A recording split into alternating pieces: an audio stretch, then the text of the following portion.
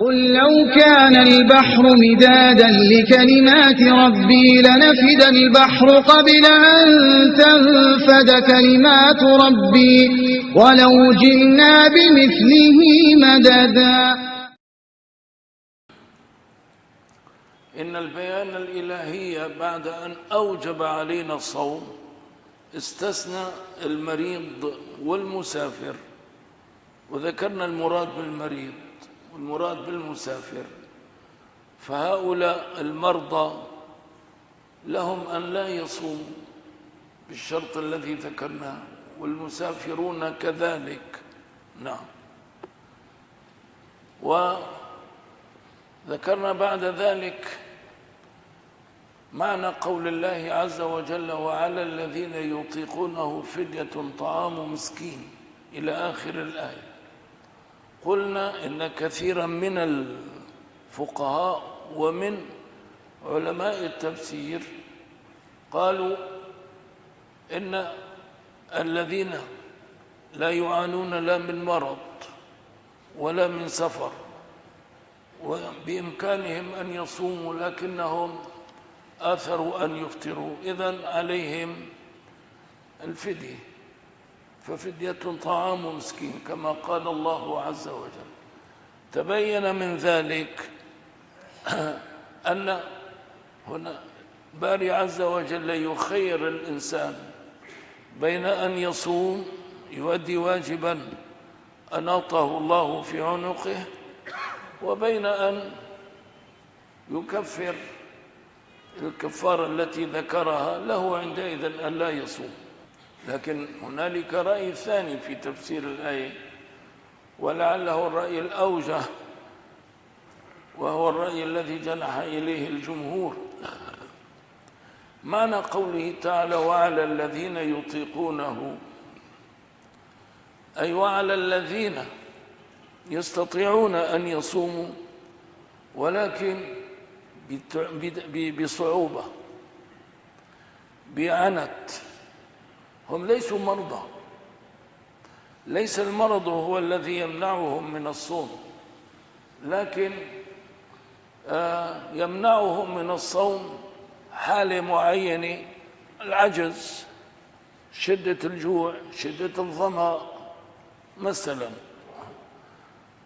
فهؤلاء هم الذين الباري عز وجل رخص لهم أن يفطروا. ومن الأدلة التي ترجح هذا المعنى أن كلمة يطيقون في اللغة العربية تعني أن يستطيع الإنسان عمل الشيء لكن بصعوبة وجهد.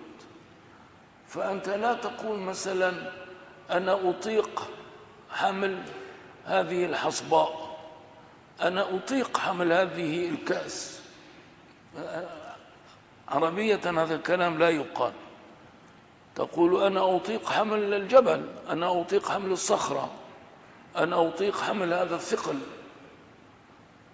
فكلمة أطيق في اللغة العربية تأتي بهذا المعنى، والقرآن دقيق في تعابيره.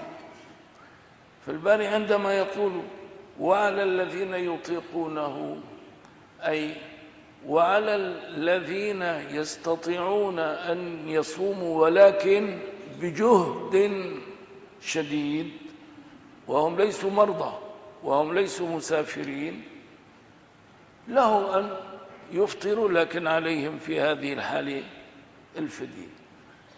إذن على هذا هنالك ثلاث فئات الباري رخص لهم الإفطار: المريض، المسافر، الذي يطيق أن يصوم ولكن الصوم يحمله جهدا شديدا.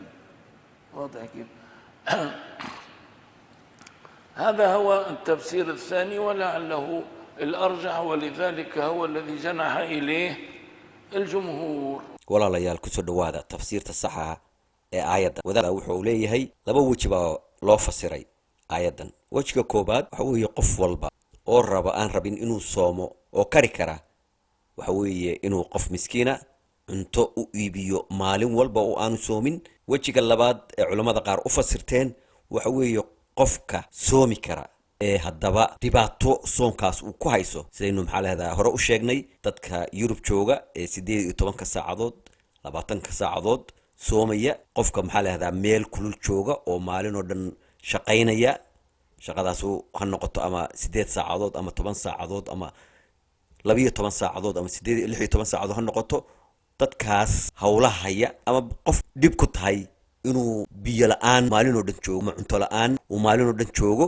qofkaas waxaa ilaahay yidhi 30 cisho maalin walba oo aanu soomin qof miskiina ayuu cunto iibinaya. dadku isku wada mid maaha, dadku waa kala xoog waaweyn yihiin, ilaahay qofba sibuu u abuuray, marka ilaahay rukhsad ayuu siiyey dadkaas. waxaa jira rukhsado badan oo qur-aanka ku qoran oo dadka muslimiintu aanay isticmaalin.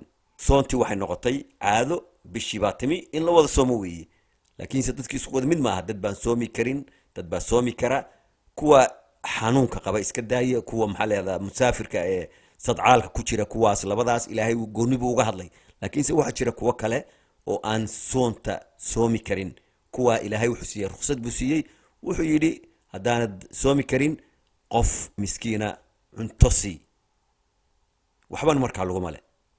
wadaadkan waa wadaad caana, waa wadaan ka mida wadaadada sunnada ah ee caanka ah, wuxuu u dhashay waddanka la yidhahdo suuriya, wax magaciisana waxaa la maxamed saciid ramadaan albuudi, ilaahay oo naxariistee, wuxuu dhintay 2013. waa nin caana oo la yaqaano oo aad ka heli kartaan haddaad rabtaan inaad baadhaan internetka, wikipedia, meel walba oad ka heli kartaan inuu nin caalima oo aqoon-yahana uu yahay oo laga ixtiraamo caalamka islaamka oo dhan. wabilaahi towfiiq. لو أنزلنا هذا القرآن على جبل لرأيته خاشعا متصدعا من خشية الله وتلك الأمثال نضربها للناس لعلهم يتفكرون.